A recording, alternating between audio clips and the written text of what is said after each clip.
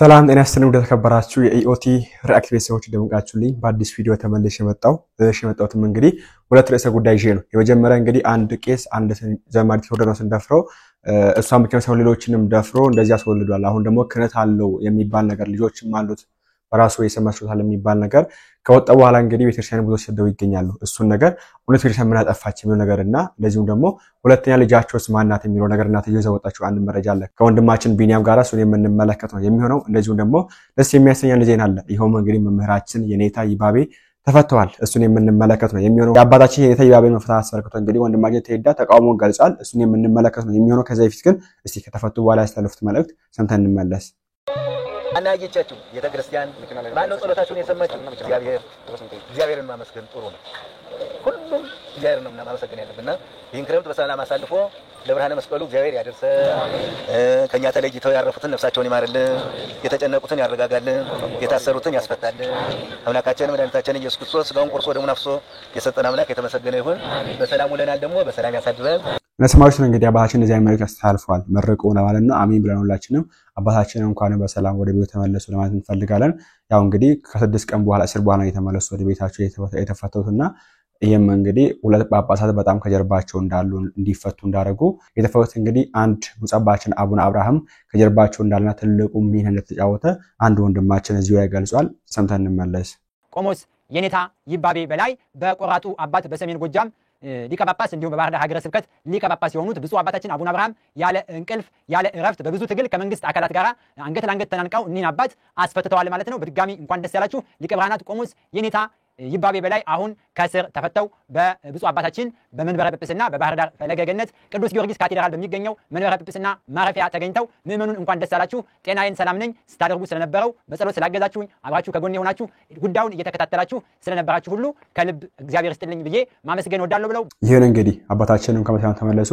ብፁዕ አባታችን አቡነ አብርሃም ደግሞ እግዚአብሔር ይስጥልን በጣም እናመሰግናለን። በረከቱ ተደረበን እንደዚህ መስራቱ መልካም ለማለት እንፈልጋለን። ሌሎች ነገር ላይ እንደዚህ ቢሰራ አሪፍ ውጤት ላይ ይደረሳል። ብዙዎች እንግዲህ 3 ወር 1 ዓመት ታስረው ይሞቱ አሉ። ብዙ አባቶች ብዙ ወንድሞች ታስረው በዚህ በፍጥነት ያለ እንቅልፍ ቢሰራ መልካም ነው። ወንድሞቻችንም እህቶቻችንም አባቶቻችንም እንዳይታሰሩ ማድረግ እንችላለን። ይሄን አስመልክቶ እንግዲህ ብዙ ደስታቸውን ይገልጹ ይገኛሉ። ወንድማችን ሄሮ ደግሞ እንደዚህ ያለ ይገኛል። ለመልሶች ፈጥነን ባንንደረደር ጥያቄዎች ላይ ግን የመቆየት ልምድ ይኑረን። በደንብ ስሙኝ። ሊቀ ብርሃናት ቆሞስ የኔታ ይባቤ ከእስር ተፈተዋል። ከእስር ተፈቱ እያለ እያስጨበጨበ እልል እያሰየ ጮቤ የሚያስረግጠውን በብሎክ ሸኙት።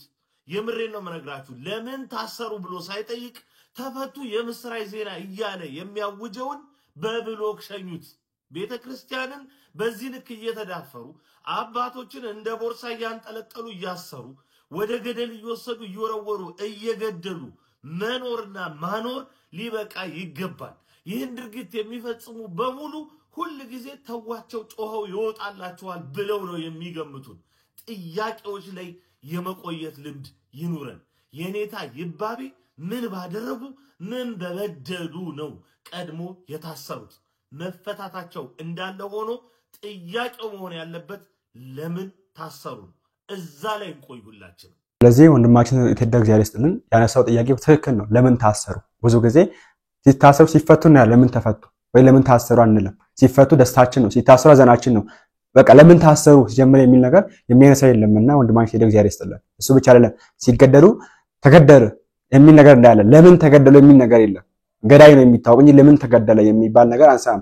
የገደለ አካል ታሰረ ሲባል አንሳምና ይሄን ነገር ጥያቄ መፍጠር ያለብን ይመስለኛል። እና ወንድማችን የተደረገ እግዚአብሔር ይስጥልን። በዚህ ጉዳይ እንግዲህ እናንተም ያላችሁን ሐሳብ በኮሜንት ላይ አስፍሩልን። ወደ ቀጣዩ ቪዲዮ ስንሄድ እንግዲህ አንድ ካለ በላቸው በኮት ውስጥ ችካነቱ ጋዙልኝ በኮት ውስጥ የትግስት ስላልተወገዙ ወይም ክልታቸው ስላልተሻለ አንድ ሴት ልጅ ዘማሪ ቴዎድሮስን ደፍረው አካስሮ ወደ በኋላ ሌላም እንግዲህ ከኔም ሞልዷል የምትል ልጇን ይዛ ቀርባለችና እስኪ የሷን ቪዲዮ እንመልከትና በዚህ ጉዳይ እንግዲህ ቤተክርስቲያን የተቹ አታክ ያደርጉ የሚገኙ አንዳንድ ሰዎች አሉ። ለዛ ነገር ምላሽ የሚሰጥበት ይሆናል። ሰምተን እንመለስታችን። አቤት ቢኒያ እንዴት ነሽ? ደህና ነኝ እግዚአብሔር ይመስገን። ሰላም ነው? ደህና ነኝ እግዚአብሔር ይመስገን። እሺ ትንሽ ቆይ አትታዩም? ከፍ በሉልኝ። ቆይ እኔ ዝቅ ልበል። እንዴት ናችሁ? አሁን ማማን አሳየኝ።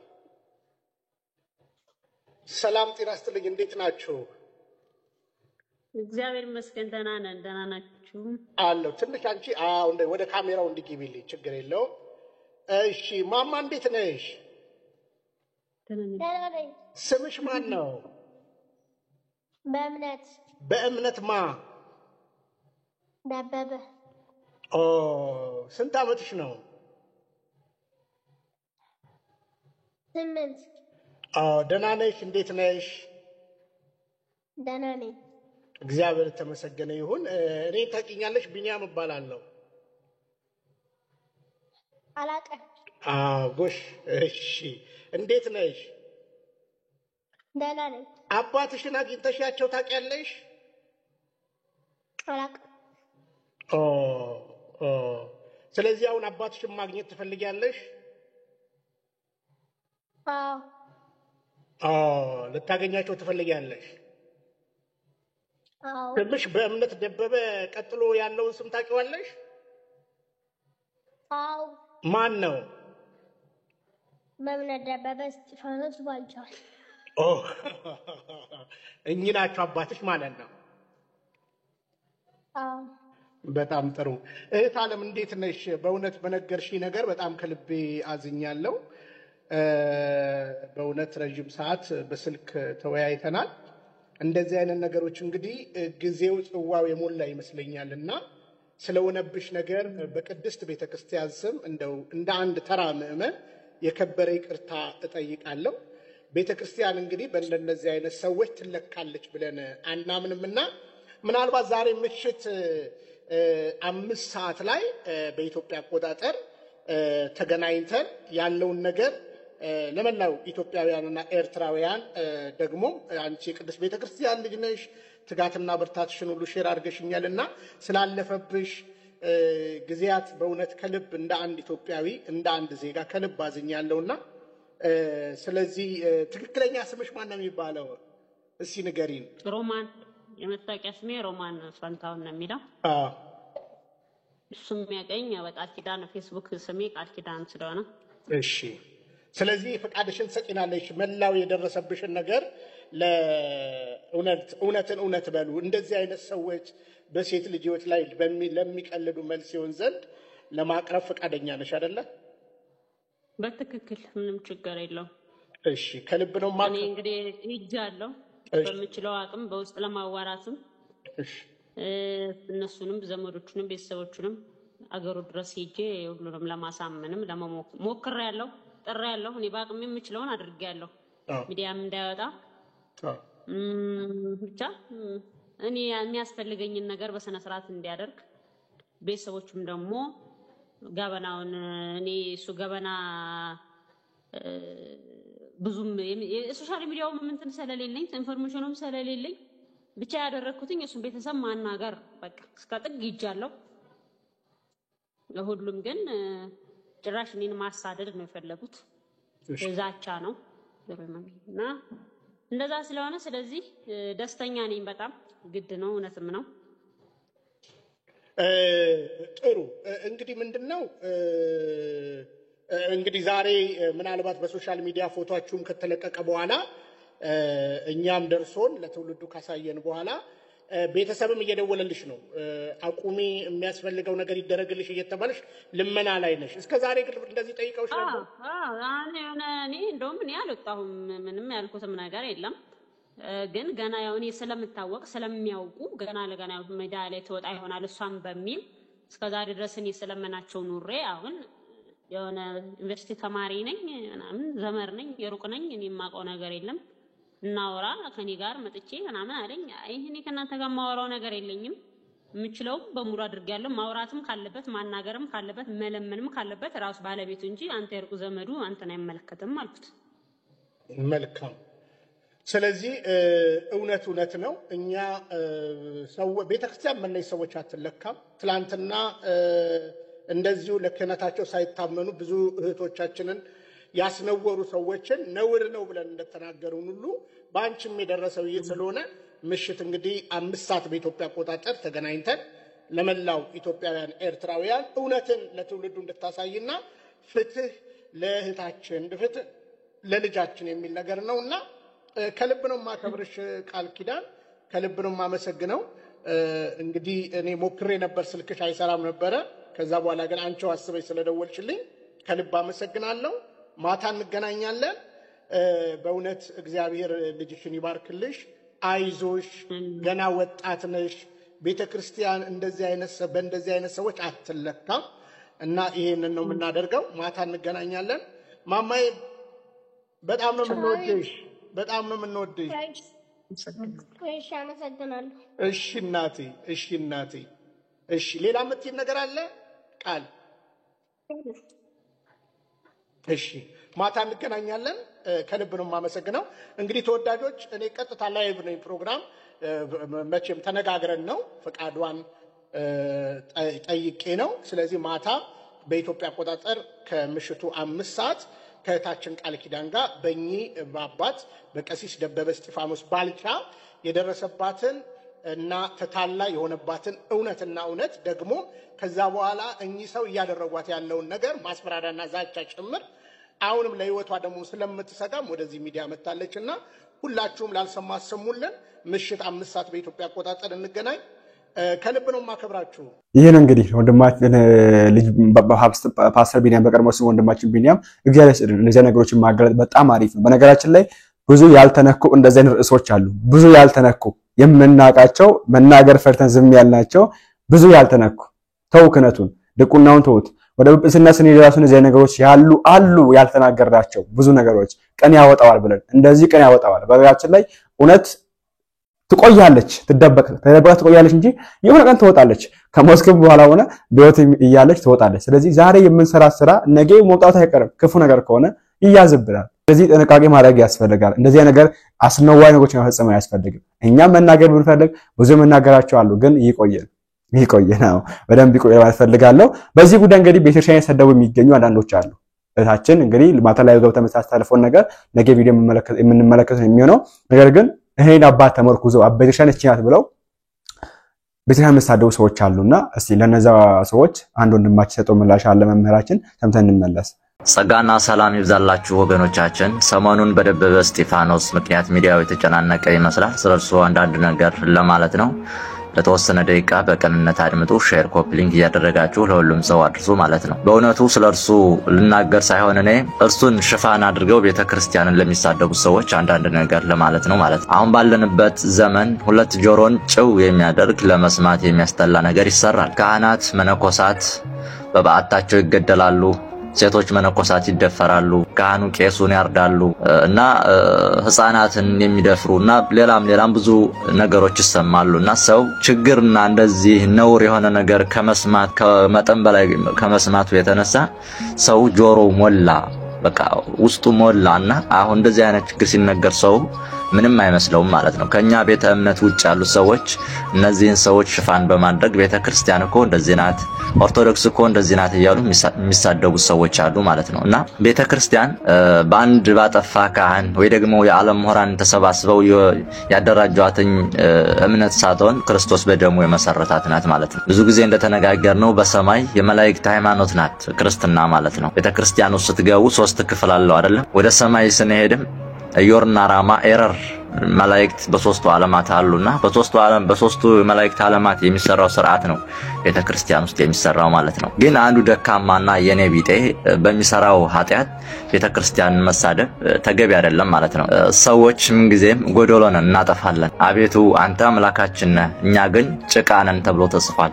ጭቃ ላይ ተቀምጠን ጠበን የምንል ሰዎች ነን ማለት። ብዙ ችግሮች ይፈጠራሉ፣ ብዙ ኃጢያቶች እንሰራለን ማለት ነው። በእውነቱ ይሄ ስለተጋለጠ ነው እንጂ የብዙዎቻችንን ኃጢያት እግዚአብሔር ሸፍኖልን ነው እንጂ ቢገልጥብን የት እንደርስ ነበር? አቤቱ አንተ ኃጢያትን ብትቆጣጠር ኃጢያትን ብትቆጥር በፊትህ ማን ይቆማል አለ ነብዩ ማለት ነው። እግዚአብሔር አምላክ የሁላችንም በደል ሸፍኖልን የምህረቱ ውጤት ሆነን እንጂ ቁመን የምንታየው አሁን ንጹሃን ሆነን አይደለም ማለት ነው።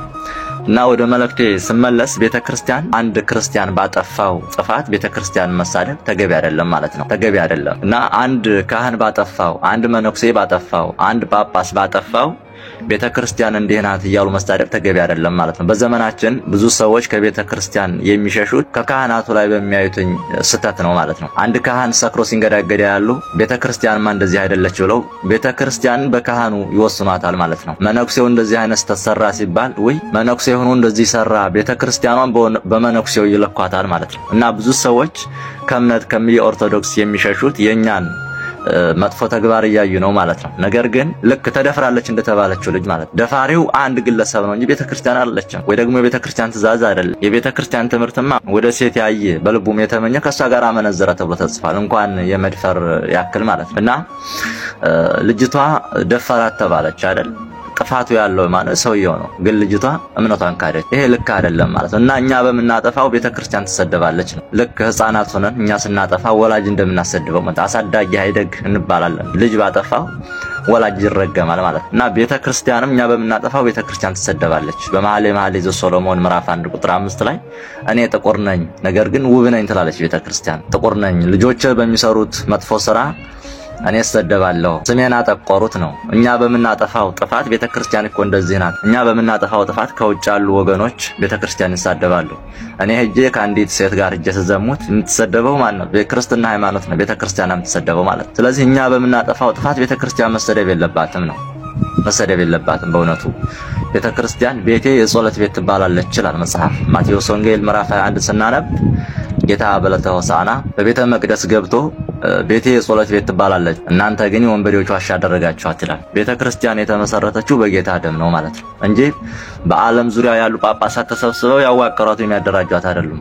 እግዚአብሔር በደሙ ነው የመሰረታት ማለት ነው። እነሱ አገልጋዮች ናቸው። የመጀመሪያው ነጥብ ይሄ ነው። ሁለተኛው ደግሞ ባንፈርድ ወንድማችን ደበበ እስጢፋኖስ ስተቱ በጣም ከባድ ነው። ለልጅቷ የተፈጸመባትን ነገር እጅግ ያሳዝናል። እግዚአብሔር እንግዲህ ብድራቱን ይክፈላል። ነገር ግን ባንፈርድ፣ ምክንያቱም እኛ ሰዎች ነን ታውቃላችሁ። ምንጊዜም ስተት አይጠፋብንም፣ ጎደሎ አይጠፋብንም ማለት ነው። አንደኛ ሰውየው ንስሐ ገብቶ ሊሆን ይችላል። ሰውየው ንስሐ ገብቶ እግዚአብሔር ጋር ታርቆ ሊሆን ይችላል። ከእርሱ ጋር ነው የተባበሩ ሰዎች ሁሉ ንስሐ ገብቶ እግዚአብሔር ጋር ታርቀው ሊሆን ይችላል። እኛ ግን እሱ በሰራው ኃጢአት እየፈረድን መኮነን የለብንም ማለት ነው። በእውነቱ በዚህ በሁለተኛ ሳሙኤል ምዕራፍ 11 ስናነብ ቅዱስ ዳዊት ከኬጢያዊ ከኦሪዮ ሚስት ከቤርሳቤህ ጋር በዝሙት ወደቀ ተብሎ ተጽፏል። ቅዱስ ዳዊት እግዚአብሔር እንደ ልቤ ብሎ የጠራው ቅዱስ ዳዊት ማለት። ስለዚህ የእግዚአብሔር ሰዎች ለእግዚአብሔር የቀረቡ ሰዎች ፈተና ይበዛባቸዋል። ቅዱስ ዳዊት እንኳን ተፈትኗል ማለት የተጻፈው ለምንድን ነው? ለእግዚአብሔር ቅርብ የሆኑ የእግዚአብሔር ወዳጆች እንኳን ይስታሉ ነው፣ እንኳን በዘመናችን ያለን እኛ ከንቶች ማለት። ስለዚህ አንድ ጥፋተኛን ሽፋን አድርጎ ቤተክርስቲያን መሳደብና መሳረቅ ተገቢ አይደለም ማለት ነው። በቤተክርስቲያን ላይ መሳረቅ ተገቢ አይደለም ማለት ነው። አንድ ሰው በዝሙት አይወድቅም አይደለም፣ ካህን ሆኖ በዝሙት አይወድቅም አይደለም ማለት አይደለም። ከኛ ይልቅ ለእግዚአብሔር ቅርብ የሆኑ ሰዎች ፈተና ይበዛባቸዋል ማለት ነው። ስለዚህ ፎቶና ሌላ ፎቶ እየለጠፋችሁ ነገር አታቀጣጥሉ፣ ቤተክርስቲያን እያሰደብን ስለሆነ ማለት ነው።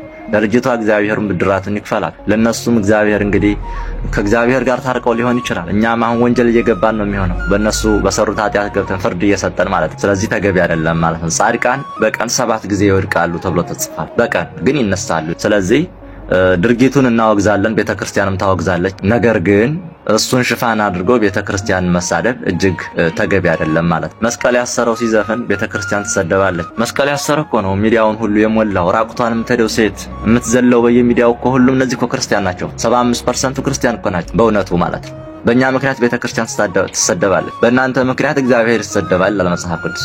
በእኛ ምክንያት ማለት እግዚአብሔርን መሳደብ ተገቢ አይደለም ማለት ነው። እግዚአብሔር ምንጊዜም ወርቅ ከጭቃ ውስጥ ቢገባ ወርቅነትን አይለቅም ይባላል አይደል?